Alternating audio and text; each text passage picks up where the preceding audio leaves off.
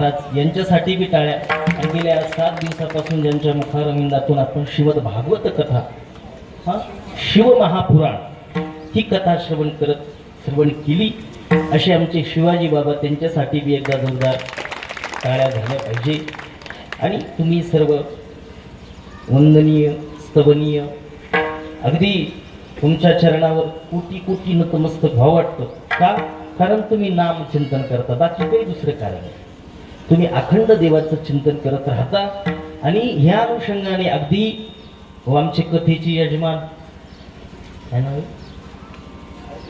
अर्जुन भाऊ खडके, त्यांच्यासाठी बी टाळ्या झाल्या पाहिजे. माईक सिस्टीमवाले आहे सगळे, तुम्ही मंडळी आहे, तुमच्या बी नावं घ्यायचे का नाही ना?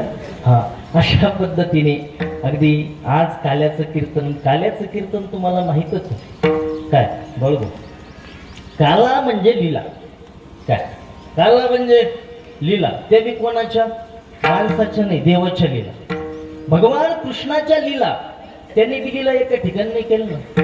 काही लीला गोकुळेत केल्या, काही मथुरेत केल्या, काही वृंदावनात केल्या, काही मधुवनात केल्या, काही द्वारकेत केल्या, आणि आता इकडं पंढरपुरात चालू आहे. पण सगळीच लीला सांगायचं सांगितलं नाही. कोणत्या लीला सांगायचं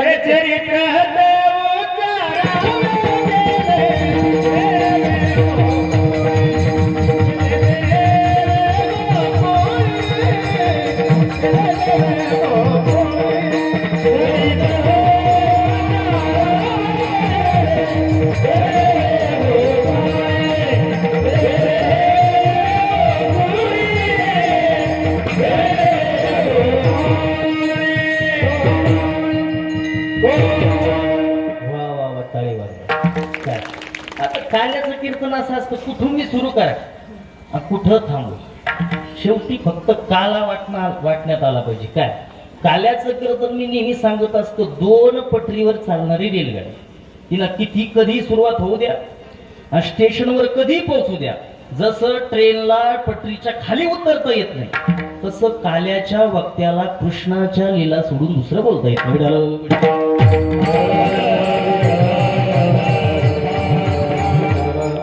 कृष्णाचं चरित्र म्हणजे महाविचित्र. काय कृष्णाच्या चरित्रामध्ये आपली बुद्धी गलावाची नाही.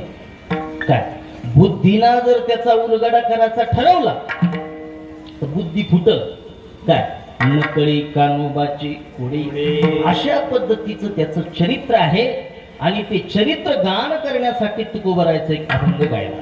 या अभंगातला मार्मिक तात्पर्य विषय असा आहे की तुकोबराय म्हणतात, ज्या व्यक्तीने कृष्णाशी आपला संबंध प्रस्थापित केला, आपला जीवनाचा संबंध, आपली अंतःकरण वृत्ती त्याच्याशी कनेक्टेड केली, त्याच्या जीवनामध्ये सगळा आनंदच आनंद होत असतो. आणि ज्यांनी आपलं जीवन त्याच्याशी जोडलं नाही, ते सगळे लोक दुःखी होत असतात. त्यांच्या जीवनामध्ये कलह, ओढताण, डिप्रेशन, हे सगळं असं सुरू होतं. आता हे का पाऊस पडायचे दिवस आहे की काय, कोणी म्हणत असेल मग आम्ही जीवन जोडून बी असं का, आणखीन तर 10% बी काय हरभर निघलं नाही. आपलं बरं आहे महाराज. इराण, इस्रायल, अमेरिका इकडं पाहिल्याच्या नंतर आपण तसे बरेच. काय कधी कोणावर बॉम्ब पडणं, कधी कोणाचा गेम होईल सांगता येईल काय. हे कशाचा परिणाम आहे? आपण का आनंदित आहे? कारण भगवान कृष्णाने जसं जगायचं सांगितलं आपण तसं जगायला. काय ह्या मातीमध्ये जन्म कोणाला भेटत नसतो. ह्या मातीमध्ये जन्म पुण्याच्या बळावर भेटत असतो मंडळी. पुण्याच्या बळावर स्वर्ग भेटत असतो, पाप आधी केलं तर नरक भेटतो. आणि भारत या मातीमध्ये जन्म भगवंताच्या असीम अहेतुकी कृपेनं भेटतो, असंच भेटत नाही.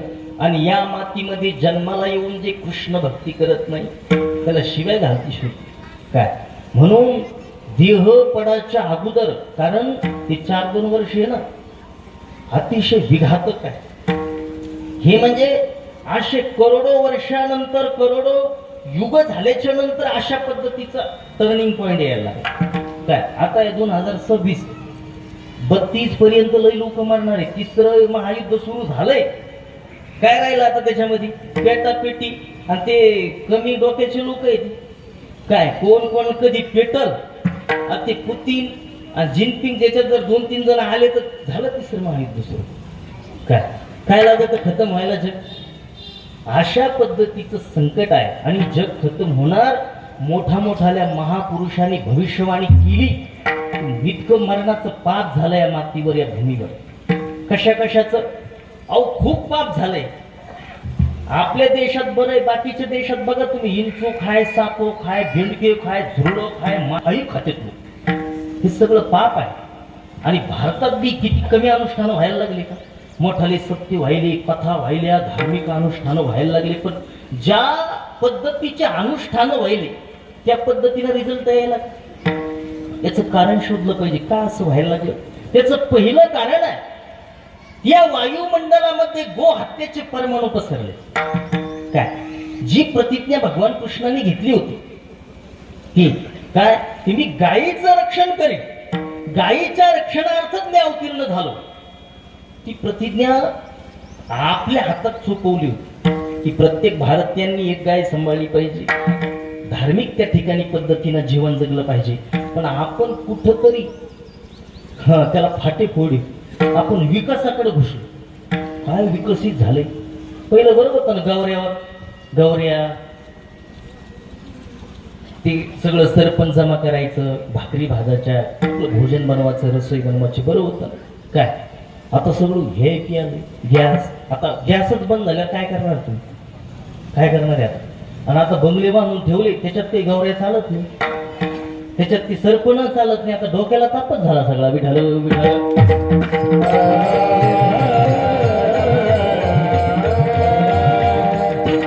जोपर्यंत गायीला परत दर्जा भेटत नाही, गायीला जे शासन गायीला सिरियस घेत नाही. कारण बघा आजपर्यंत या मातीमध्ये जितक्या धार्मिक राजांनी राज्य केलं त्या राज्यातली प्रजा तेव्हाच समाधानी झाली की ज्या वेळेला त्या राजाने गायीचा पहिला मुद्दा उचलून 50% बजेट गायीसाठी खर्च केला. रामचंद्र प्रभू काय साहेब, रामचंद्र प्रभू रावणाचा त्या ठिकाणी पराजय करून अयोध्येत आल्याच्या नंतर 11,000 वर्ष राज्य केलं रामचंद्र. किती वर्ष? 11,000 वर्ष राज्य केलं. पण रामचंद्र प्रभूचं राज्याची तुम्ही बघा परिभाषा काय. रामचंद्र प्रभूचं राज्य कसं होतं. 11,000 वर्षामध्ये एक तिसरी विद्वाने झाली.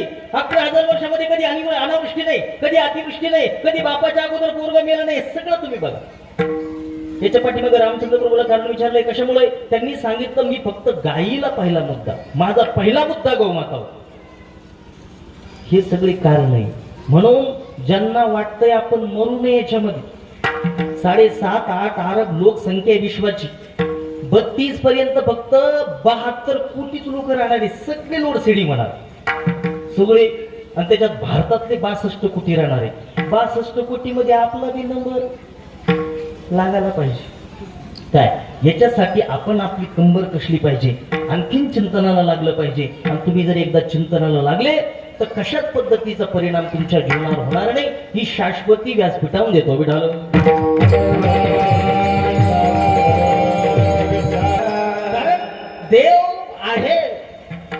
देव आहे, अनेक भक्तासोबत लीला करतो.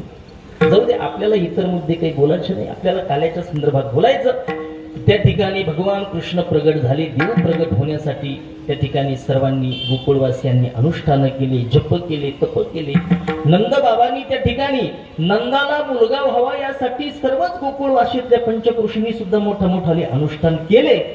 आणि तो दिवस उदयाला आलेला आहे काय की भगवान कृष्ण प्रगट झाले. आणि भगवान कृष्ण प्रगट झाल्याच्या नंतर गोकुळवासियांना खूप आनंद झाला. काय इतका आनंद झाला गोकुळीच्या सुखाये, गोकुळीच्या सुखाये.